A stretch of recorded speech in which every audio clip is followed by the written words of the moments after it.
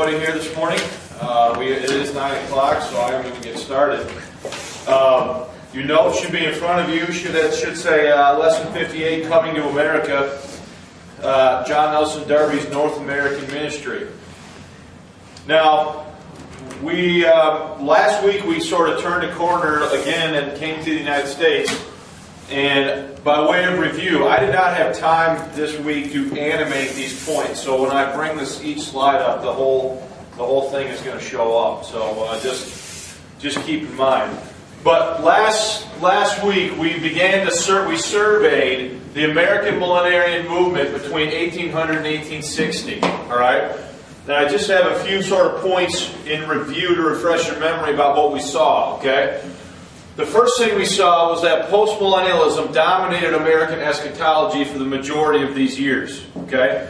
So the majority of the years between 1800 and 1860, postmillennialism was the predominant view as far as eschatology is concerned by most of the American churches and denominations.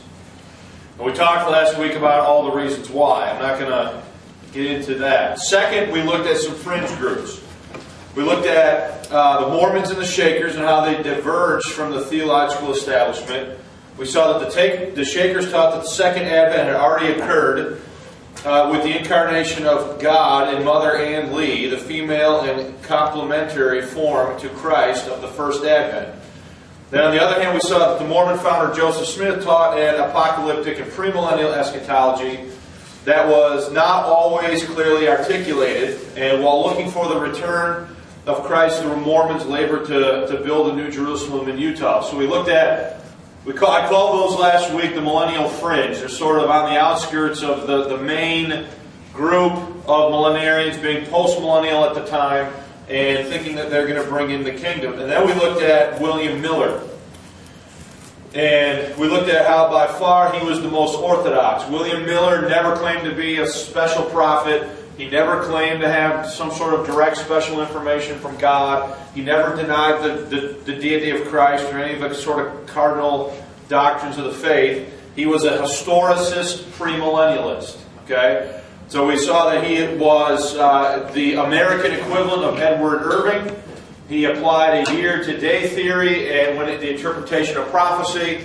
And he predicted that the Lord would return October 22nd, 1844. Which obviously did not happen. When it didn't happen, there was a lot of the American millenarian movement suffered some harm over his failed prediction. And so that was definitely something that kind of set things back for a while. And the last review point, they call this the Great Disappointment.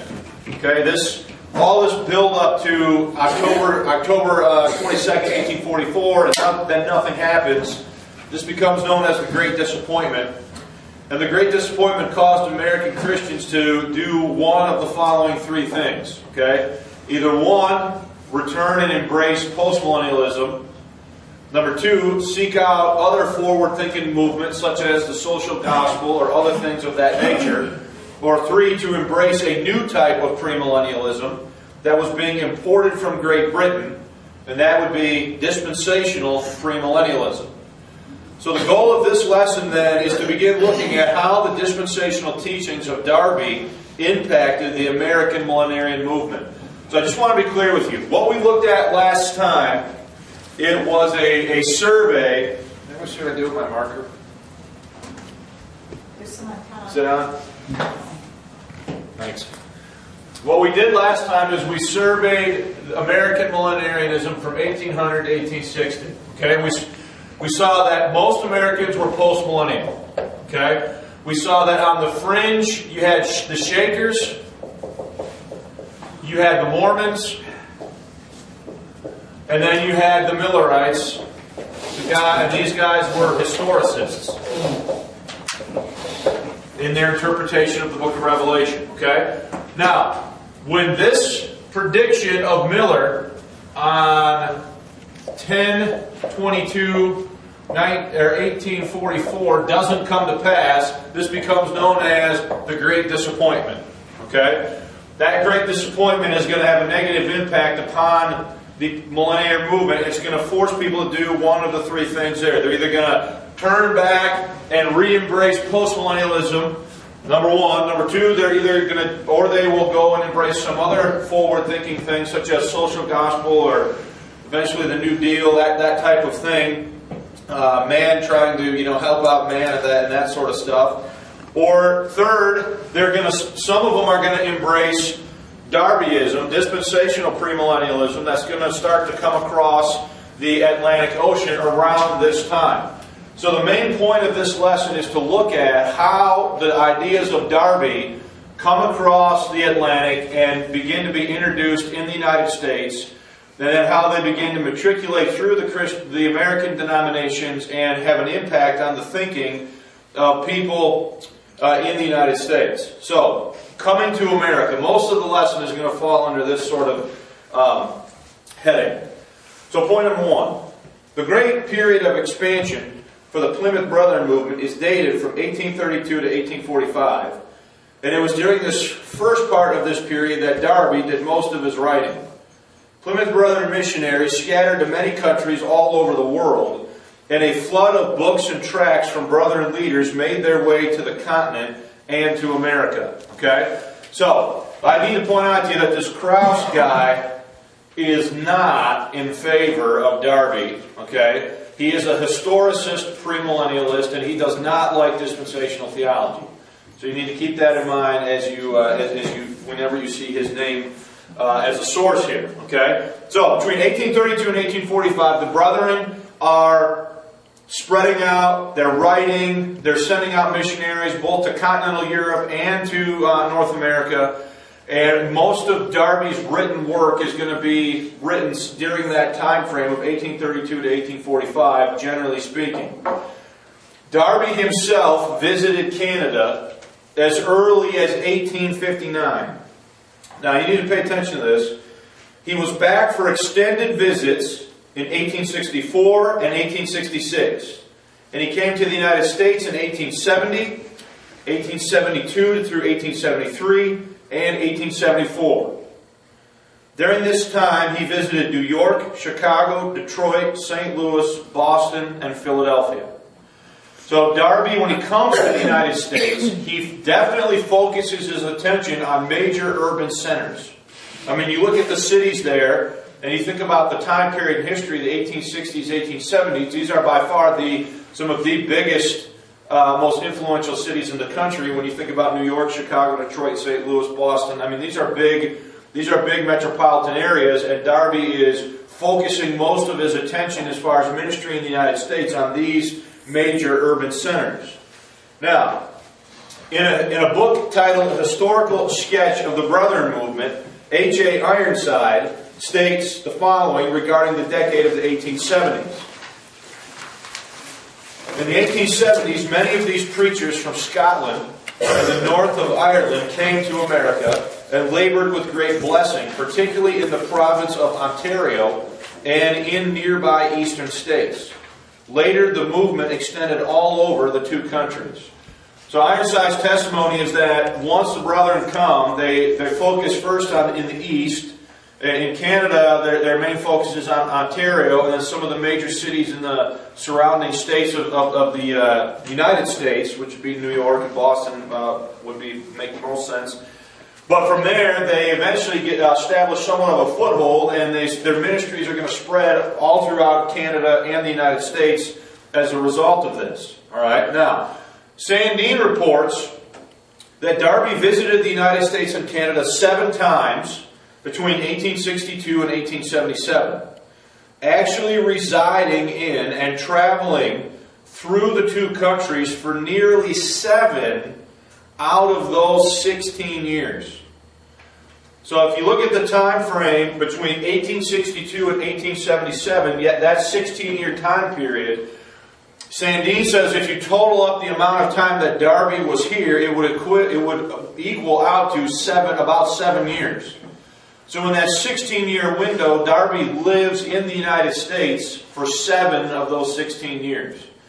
So, I mean, that's a fairly substantial length of time when it's all, said and done and totaled up. Okay? His activities, whoops, I'm getting ahead of this here. His activities in North America began in Toronto during the autumn of 1862. Except for visits to Montreal and Ottawa, and one short trip to Halifax, Darby restricted his ministry to the area between London and Toronto, Ontario.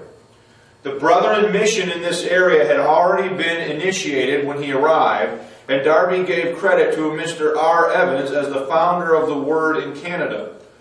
An annual conference for Brethren was begun in, Guelph, and proved to be a good occasion both for strengthening the faith of new converts and for winning additional converts. Darby stated the following regarding these Canadian meetings. The evangelists had brought so many younger converts that the beginning of the conference gave less communion than earlier ones, but met the need of the moment. Many came from different parts of the states, and all our evangelists were there, some under tents. The happiest spirit reigned throughout. So, Darby's going to come over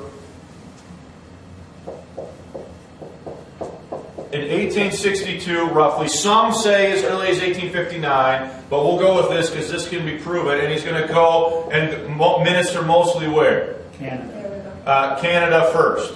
Okay?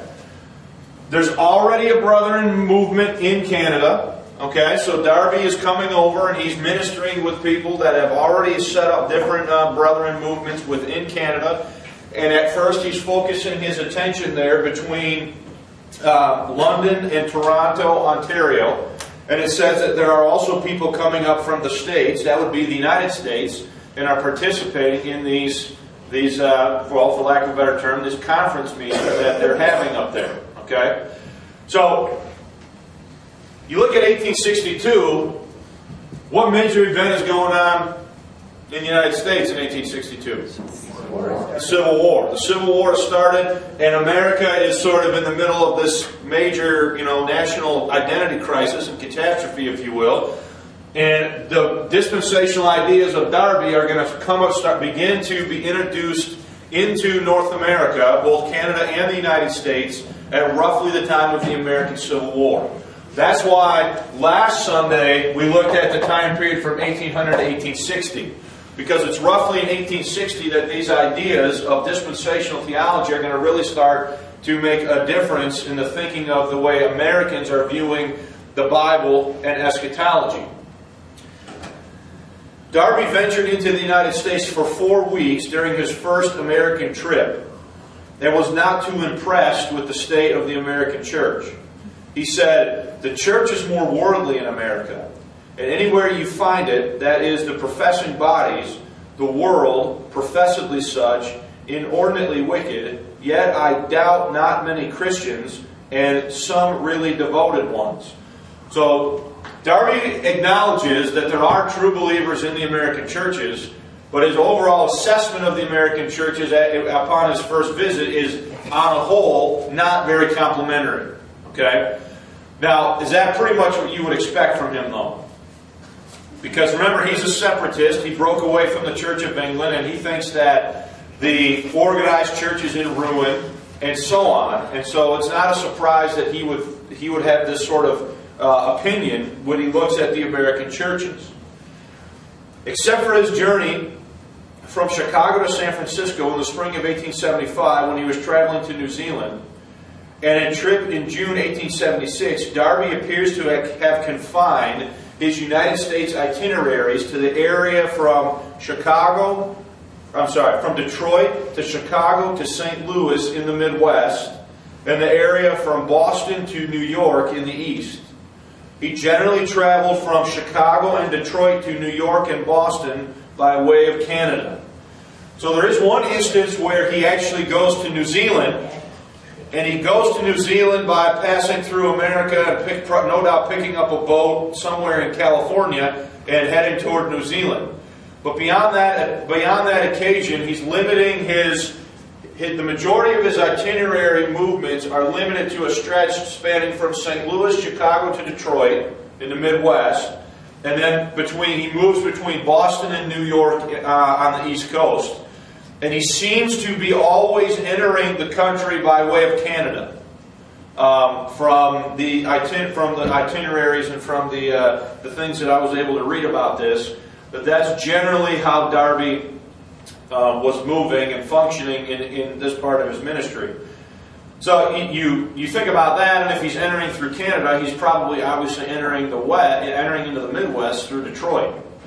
So it's somewhat interesting to think of Darby as sort of passing through Michigan on his way to Chicago and St. Louis. But this appears to be the way that he sort of did things. Yeah. One of the things about it, that we got to realize that he was traveling by wagon most of the time, and it wasn't even the process of him announcing where he was going to be. He could probably get there as quick as the mail would get there when it came to showing up at different points where he may speak. Did we have any rail?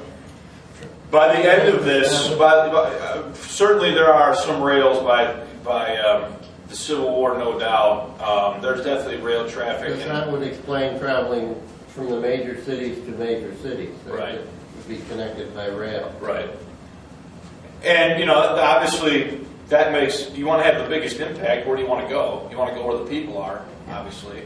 So Darby, his movements seem to be following these patterns. So at first, Darby was attracted to the United States by the number of his converts who had immigrated to Europe. So it's interesting.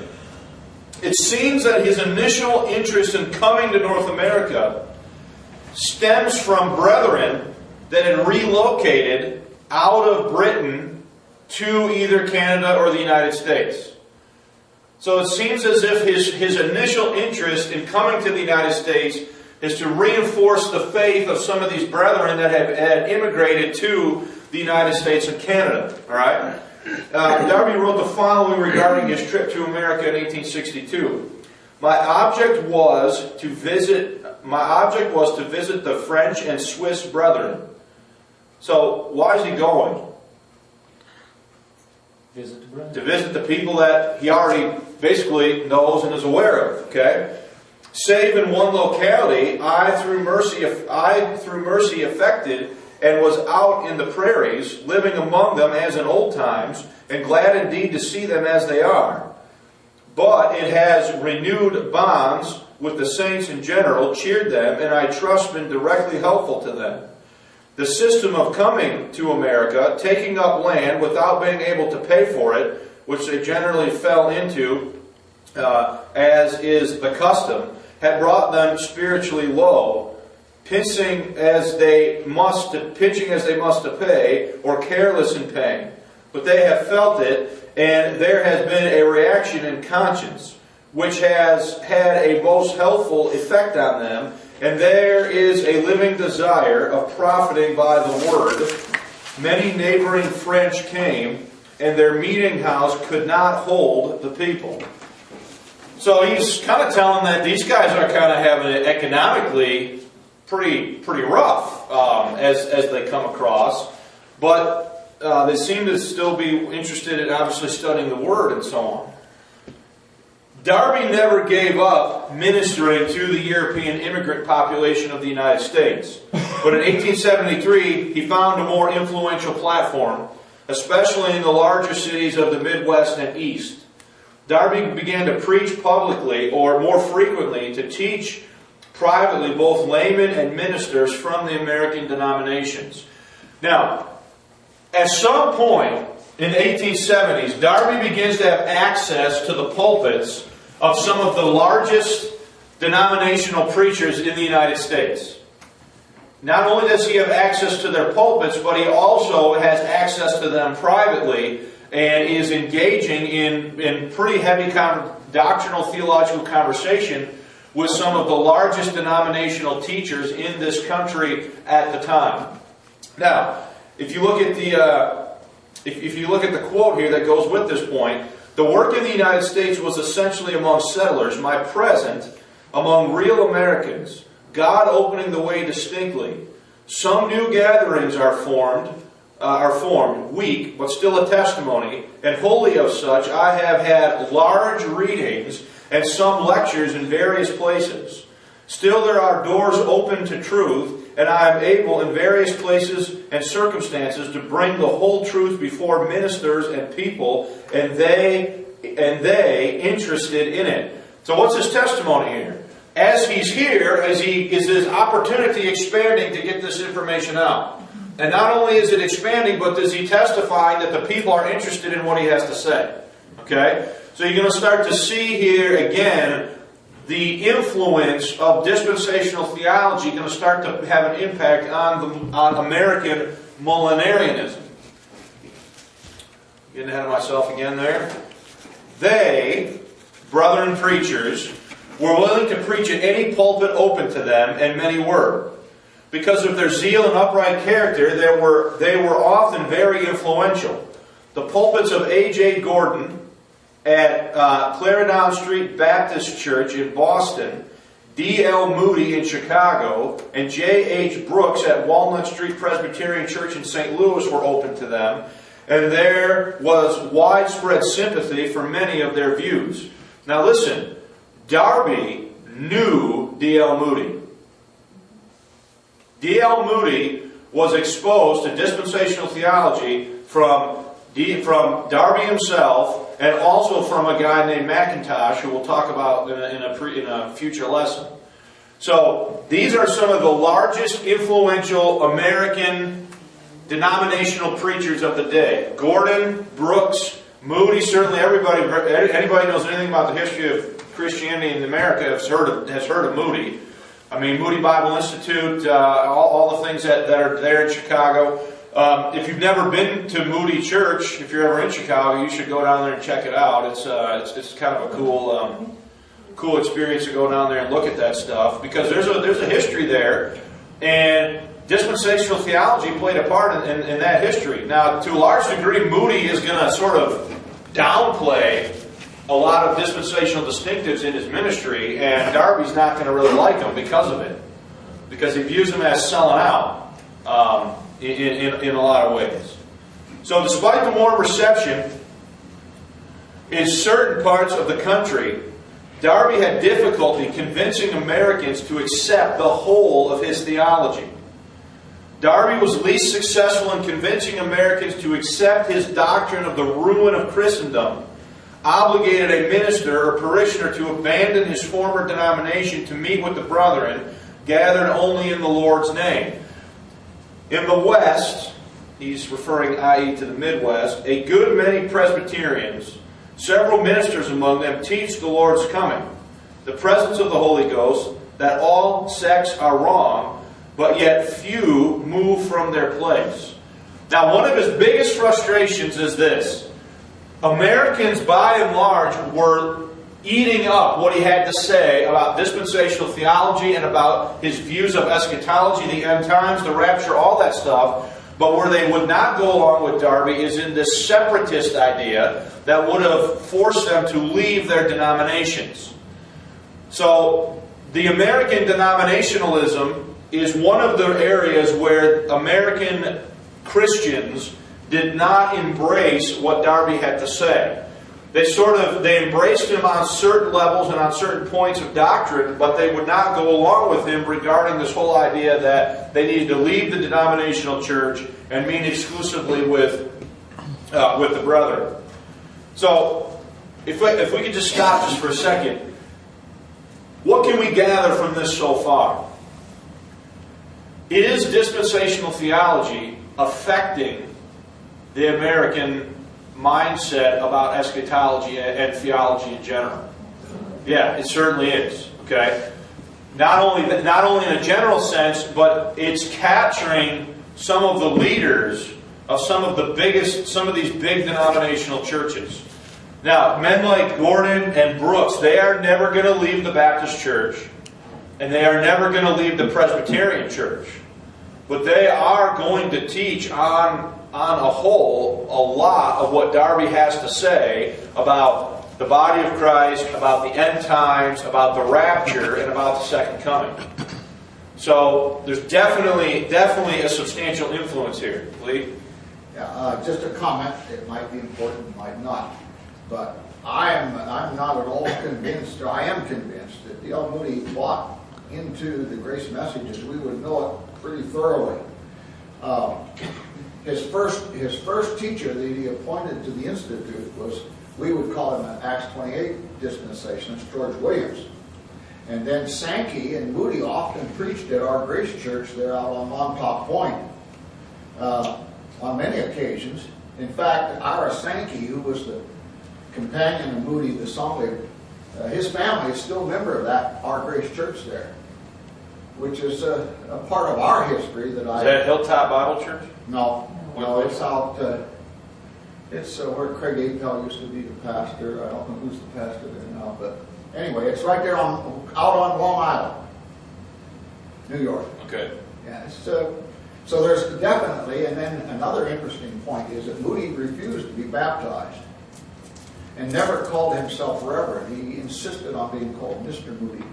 So there are a lot of indications that he bought into, and certainly into the Brethren theology and philosophy. I don't know how completely, but I just think that's important or interesting in passing. Well, yeah, and he certainly was influenced by him, just through the geographical contact that he no doubt had with him. So, the slow and difficult though it was, the work of the Plymouth Brethren in the United States began to attract notice in the 1870s. As a result of proselytizing in Chicago, Robert T. Grant, a Brethren evangelist, was able to report to Darby in 1868 that he had won some promising young men.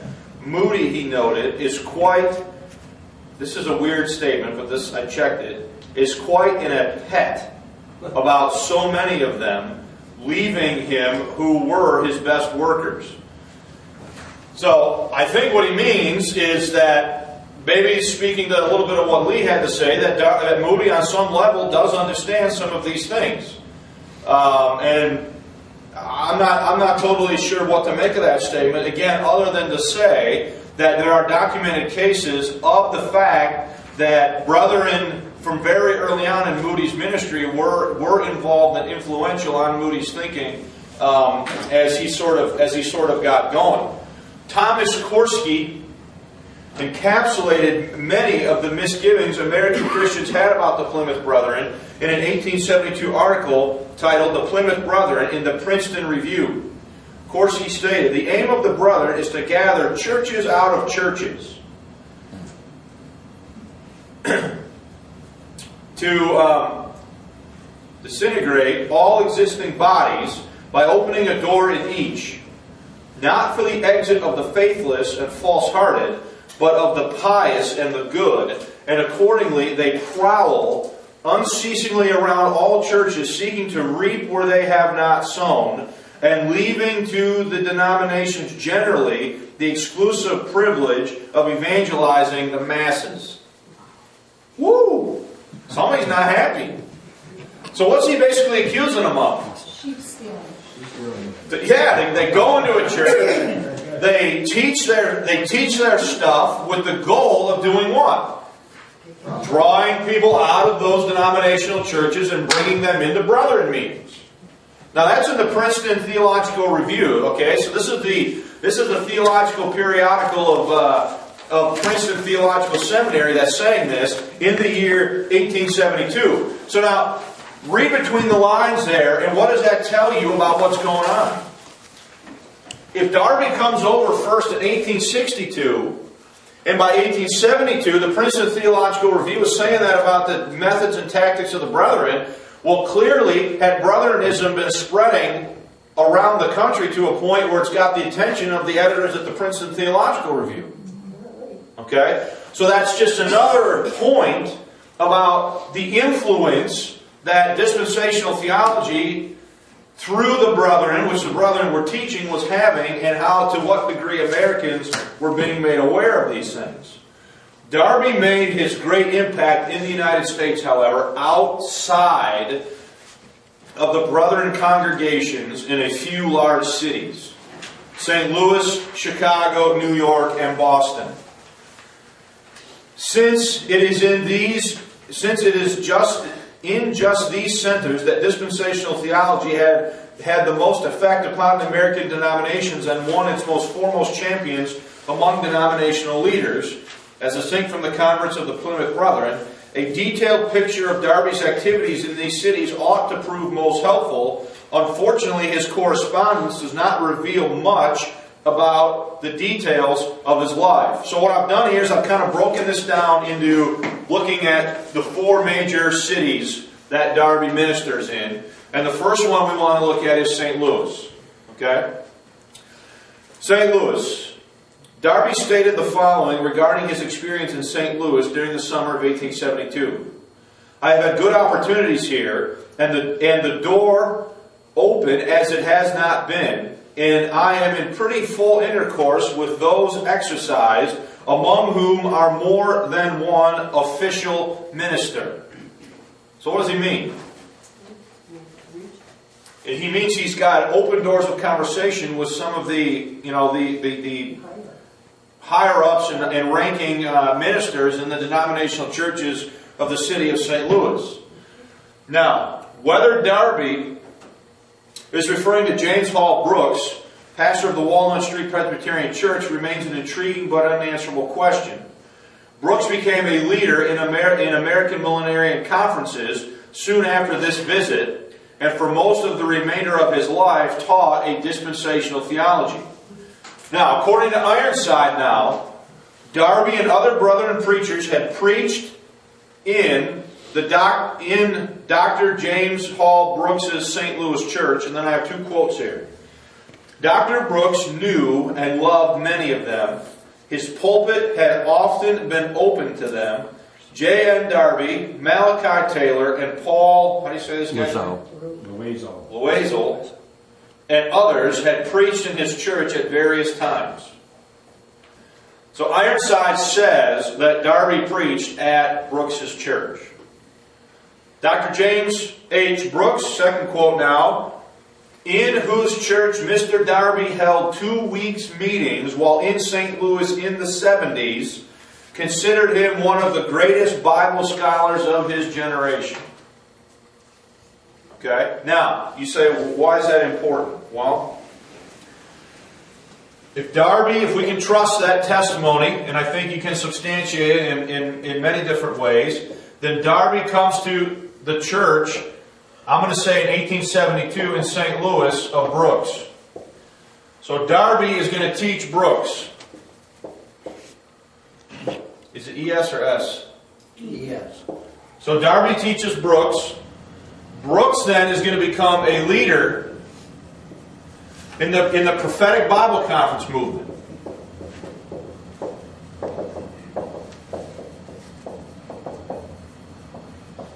We'll see in a few weeks this becomes known as the Niagara Bible Conference movement. They meet at Niagara Falls over the last 20 years of the 1800s, and many dispensational subjects and things are discussed at that meeting.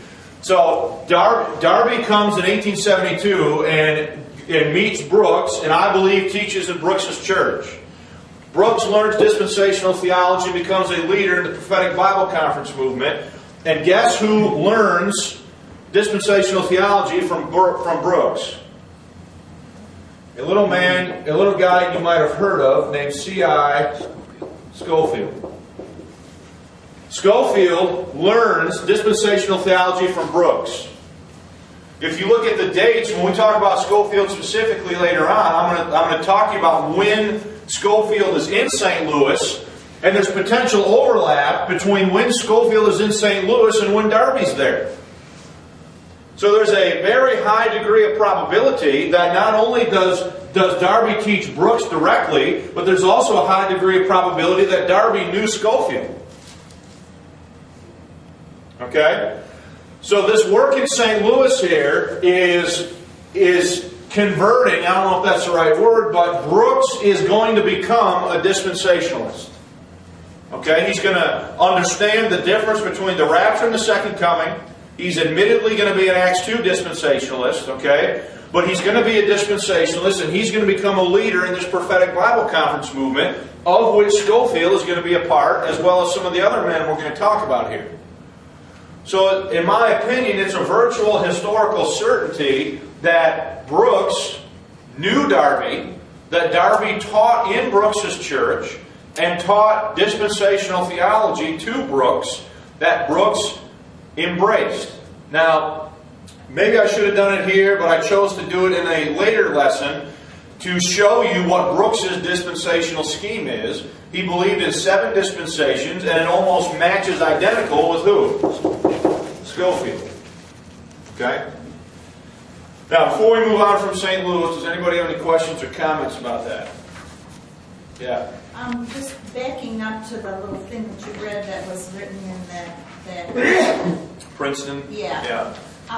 That quote itself, anyway, doesn't seem to be having any problem with what Darby is teaching.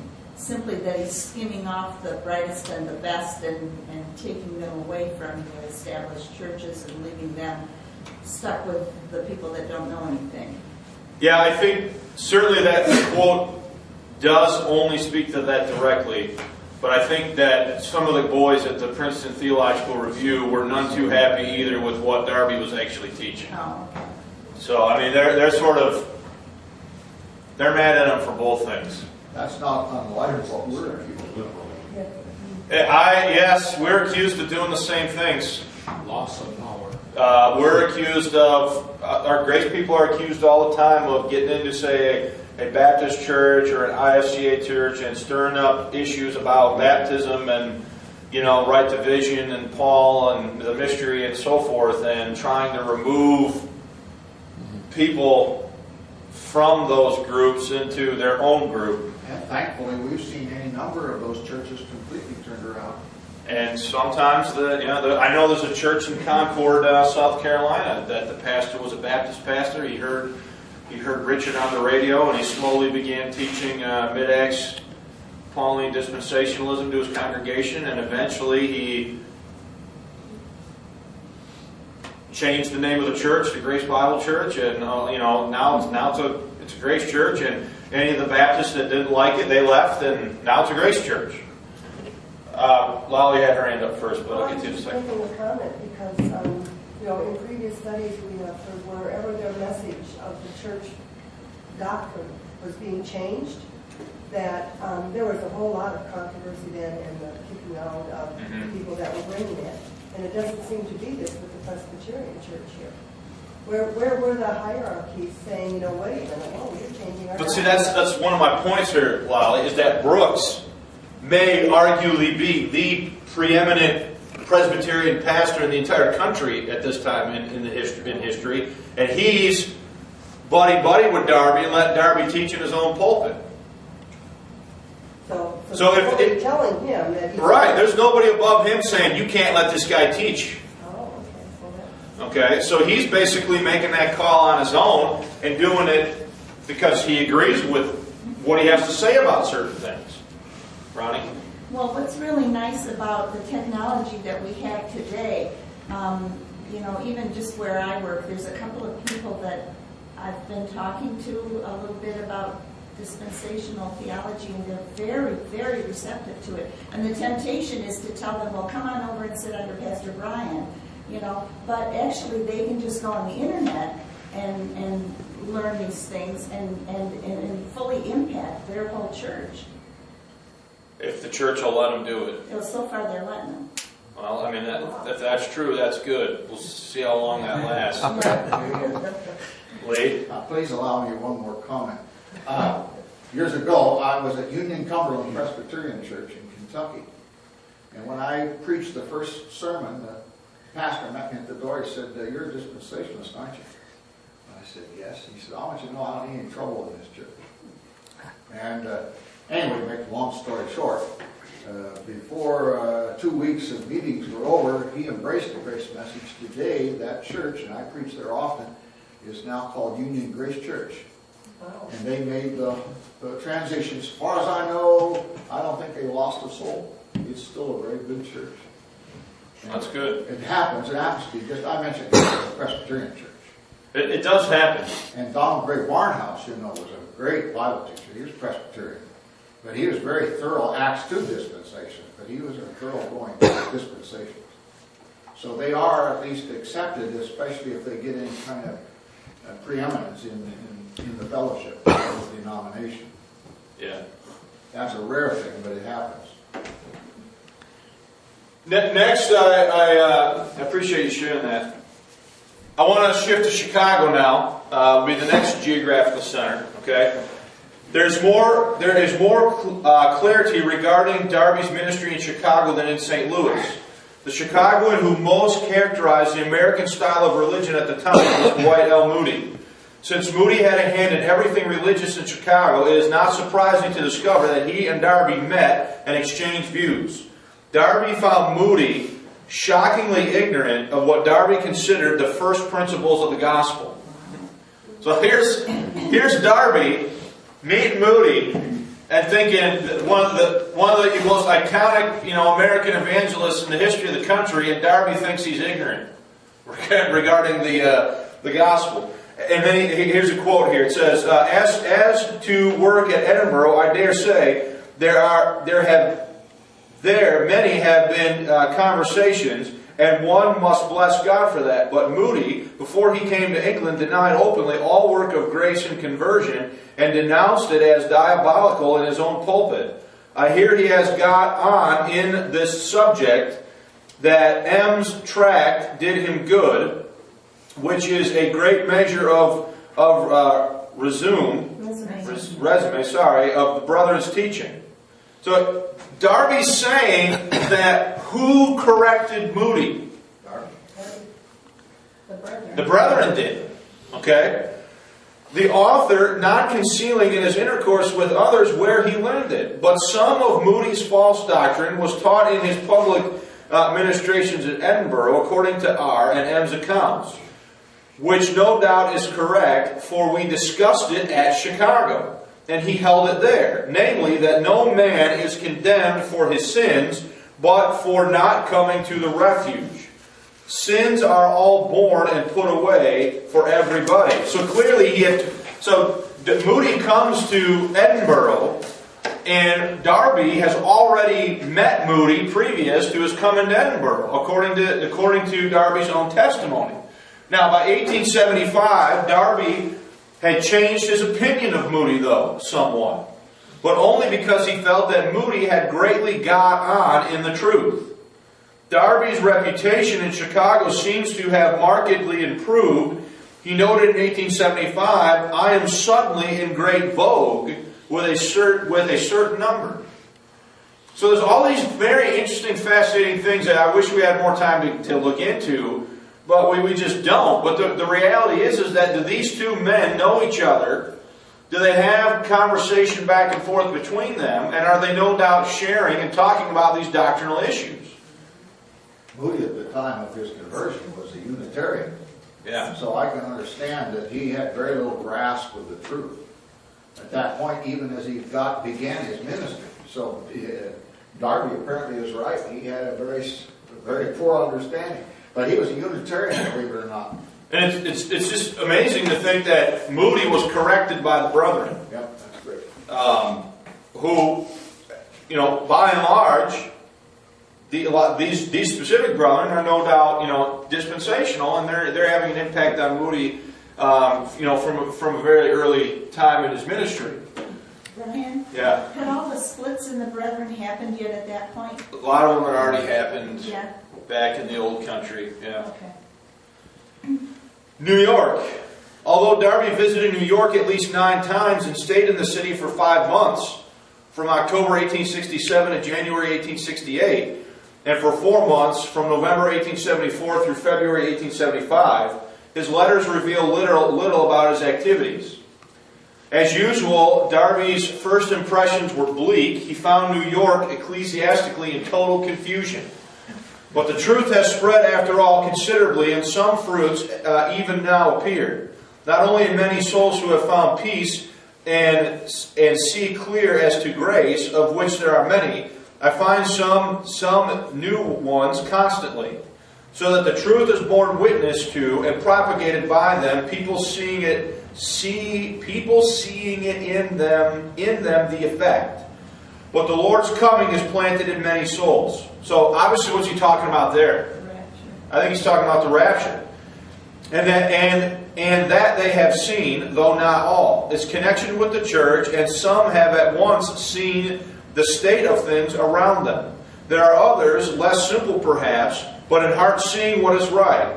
Strong as is the influence of belonging to a church here, for position and everything depended on it, with most, at least in their estimation, the evil state of things is beginning to be felt.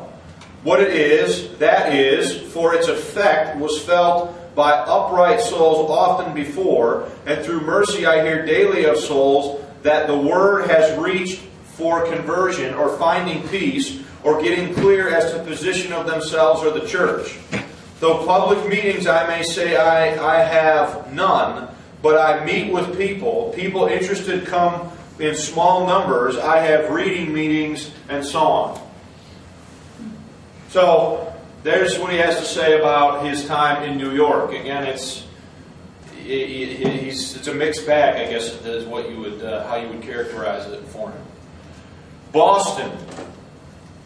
Boston offers one of the clearest pictures of Darby's ministry in America. He traveled to Boston on at least 8 occasions, settling down twice for periods of at least 2 months. During the first months of 1875 and the last few of 1876. During 1865 and for some years later, Darby reached a great many Millerite millenarians in the Boston area. As Darby described the situation, he was able to destroy their pretensions at prophetic interpretation and convince a good many of them that they were mistaken. Their grand array proved to be ignorance and no more, and the foundations fell. This did every way much good. Their whole relative position was altered. Their scraps of Greek and Hebrew I could meet, and their calculations of dates for the Lord's coming only baffled them. The Word of God resumed its ascendancy, but still it was only some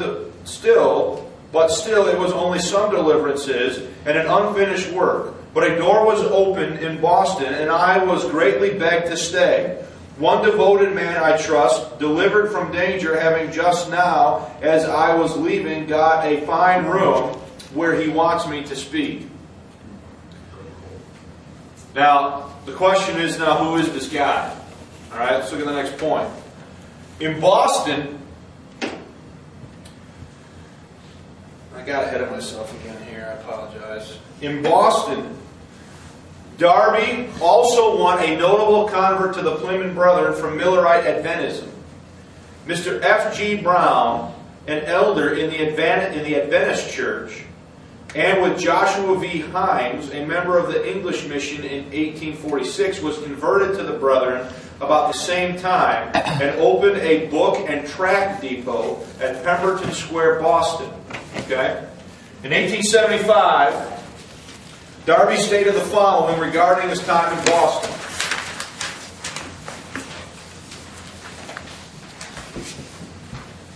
A notion of perfectionism. Now, this would be the Methodist holiness perfectionist movement that was popular in the latter half of the 1800s in this country. A notion of perfectionism accompanied by a wild looking for the Spirit is one thing one has to contend with. Merely deliverance, really, with a taint of Wesleyan perfectionism. But a good deal of pretension,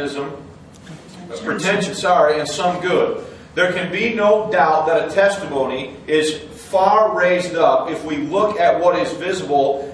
It is a cloud, a man's hand. If there is faithful devotees, others will reap.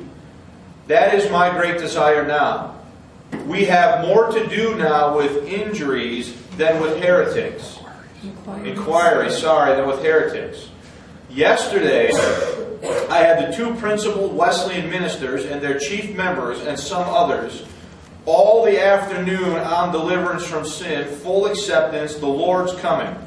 So here's Darby meeting with these guys, and he's just running down the litany of stuff with them that we've already gone over that he teaches. Then notice what it says. It was on the whole a satisfactory meeting. One of the ministers was deeply interested in the truth and said he should return. also the chief Baptist minister. Now, in this last comment about the chief Baptist minister of Boston, Darby has managed, as usual, to be tantalizingly imprecise. One of the chief Baptist ministers in Boston at the time was I'm just going to say Gordon. A.J. Gordon is mostly how you will see it written. Pastor of the Clarendon Street Baptist Church from 1869 to 1985. He wasn't there from 1869 to 1985.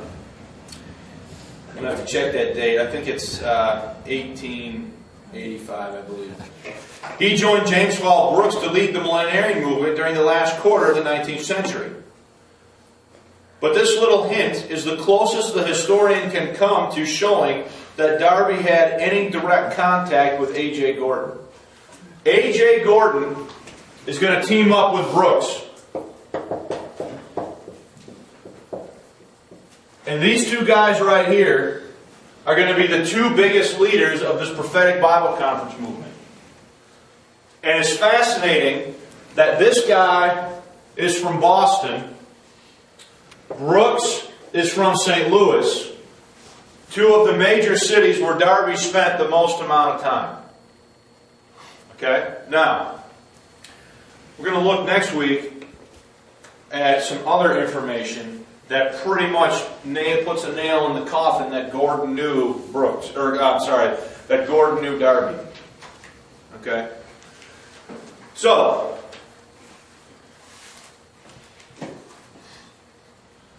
Darby crossed the Atlantic for the last time in 1877. At which time he said, at my age, and by the way, he's 77 years old now, I shall hardly return to America. In his last letter penned in North America, Darby reflected upon his 16 years of labor in the Western Hemisphere. I now propose to depart for Europe on Saturday, God willing, embarking at Quebec. So again, that proves that he usually entered through where? Canada. And if God, in His unfailing goodness, grant me a quiet passage, I hope to obtain some rest. The position of the brethren is in some slight respects altered. There is an acknowledgement here in the United States of their acquaintance with the Word, such as nowhere else. They are not the less opposed to us. They are not the less opposed to us, but they buy the books and come in numbers to the Bible readings. They feel they must reckon with us, as they say. The Presbyterians, the Methodists, the Baptists are minded to oppose. The first are unanimous, the ministers, as everywhere, opposing our work, and some write about it. The remainder study much what this, to them, a new movement means. The godly ones are discontented with the sermons, and some, like Moody, endeavor to help by a strenuous effort of activity. So there he implies that who's helping him? Moody. But I let all the movements pass. The truth is spreading. The truth of the Holy Spirit's presence, conquest upon the Lord being glorified. For He, as the Son of Man, glorified God on the cross, and the coming of the Lord. These are the fundamental truths of the gospel, based upon the finished work of Christ.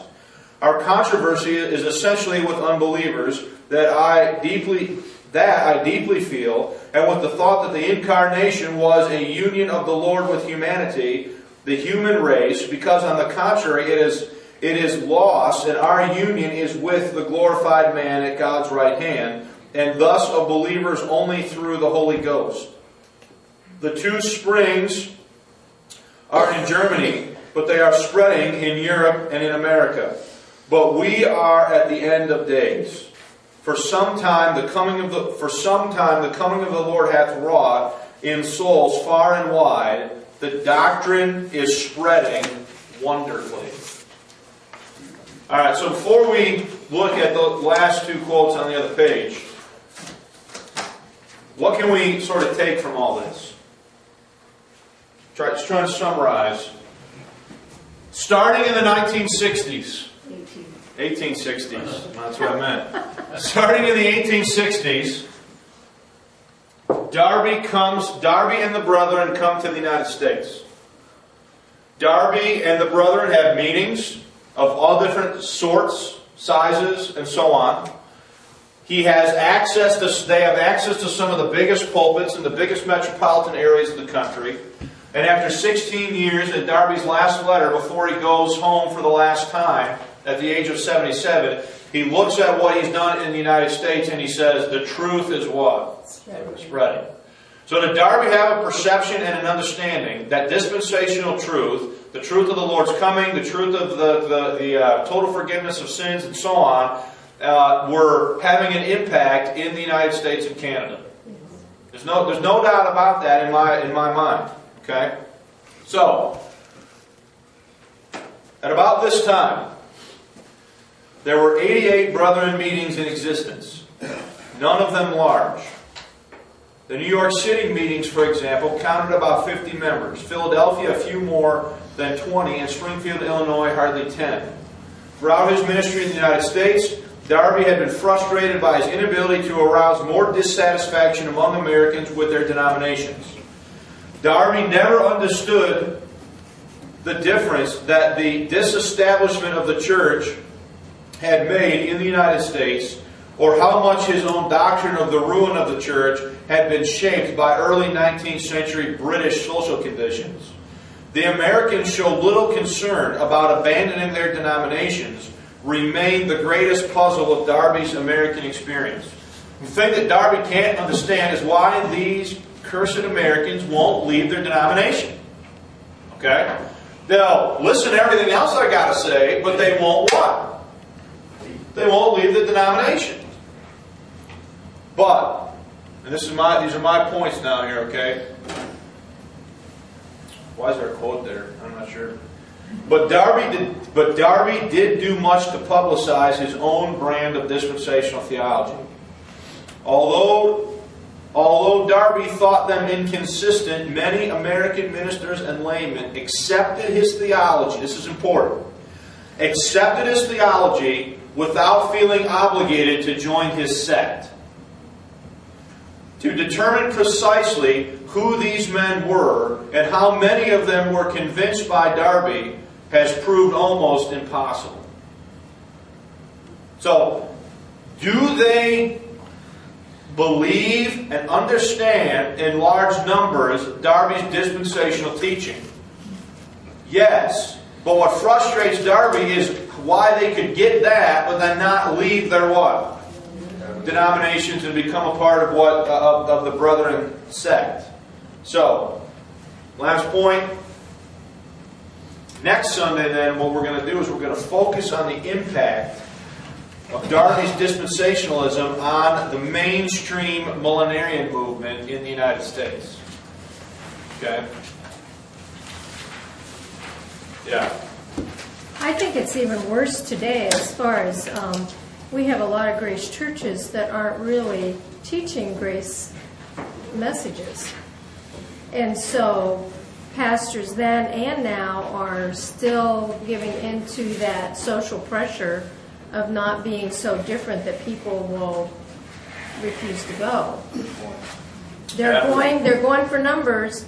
That's right. Then, as they are now, they're going for numbers in their congregations, and that's because that's what brings in the money and all that stuff. But it hasn't changed a whole lot. Not even in our grace churches. No, it hasn't changed, and I think you're right. I mean, why would a guy like Brooks and Gordon, why would they embrace dispensationalism but not leave their denominations? To me, it's got to be a financial reason. I mean, that's got to be one of the reasons. I mean, how much money, how much position do they stand to lose if they go along with Darby on those points? But yet they're more than willing to go along with them on the dispensational points. And not only that, but become major players in a major prophetic Bible conference movement that is going to do a lot to spread the issues of the rapture and dispensational theology to an even bigger audience. So certainly there's a lot of things here that you got to scratch your head about a little bit and wonder, you know, what's going on. Lee and then Ronnie. Yeah, I want to tell Beverly I agree 100% with that. I was a Baptist preacher for 19 years, and that was my struggle. It wasn't the truth. I knew. I saw. Once you see it, once you see that Paul is unique, he had a distinctive message. There was no backing out of it. But the question is, what's it going to cost me? Yeah. I could easily read the handwriting on the wall. And my own father said, he came and said, man, you ruined your ministry. You'll just ruin your ministry. And we had a couple hundred people there, 300 people. And he was right. When I announced that I had changed my theology, man, they started leaving like flies. And then and that's when they asked for my resignation. But it was what was going to cost me. But my conviction was, if God couldn't trust me with this truth, and I'm a student, how could He trust me for further revelation, further understanding of truth? And that was what convinced me, was, what do you do with the truth? Yeah. Ronnie? In the Sandine quote on page 7, where Darby never understood the difference that the disestablishment of the church had made in the United States, what does he mean by the disestablishment of the church? Is he talking about separation of church and state? I think, I don't want to put words in Sandine's mouth here, okay? But I think what he means is the fact that, you remember when we talked about the lesson I did on the old religion and the new world? And I talked about how there's something very American, if you will, about these denominations. Because what they did is they allowed all of these different sets of immigrants to come to the Americas and coexist with other Christian groups that they did not share total agreement with, under the understanding that we're all what? We're all Christian. And so there's an inherent denominational mindset within America that I think Darby never understood, because he wasn't an American. I think that's kind of what Sandine is talking about. And if that is what he's talking about, I think he is right. Because even to our day, if you look at the church in America, it is still highly denominationalized. Oh, yeah. So I think that might have something to do with what he's talking about. And plus, by the time Darby comes over here, Europe, the situation in Europe is totally different too, because Europe's gone through all these religious wars. They fought the wars of the Catholics and the Protestants. They've done all this stuff over in Europe, and there's a whole different mentality that these European people have to a lot of this stuff than Americans had, especially second, third, fourth generation Americans that have never known anything else but this American denominational system of tradition that was established in the United States. So I think, now, you should not misunderstand me. I'm not saying it's a good thing, because I don't think that it is a good thing, that type of denominationalism. I'm just trying to say that's the way it is, and the impact of it, I don't think Darby ever fully grasped that denominationalism is somehow a part of the fabric of what it means to be a Christian in America. And I think to a large degree that's still true, because people always identify themselves, even in our day, by what denomination they're a part of. So I don't think it's something that we've ever gotten away from, but it was certainly something that frustrated Darby. Sandine's own bias too. And it's also possibly a bias of Sandine. Okay. What denomination does he hail from? You know, Mike, I don't know. Mainline denomination. Yeah. I'm not totally sure. But, so next week we'll go the next step. Thanks for your attention, and we got to quit because it's 5 minutes past. So, talk to you later.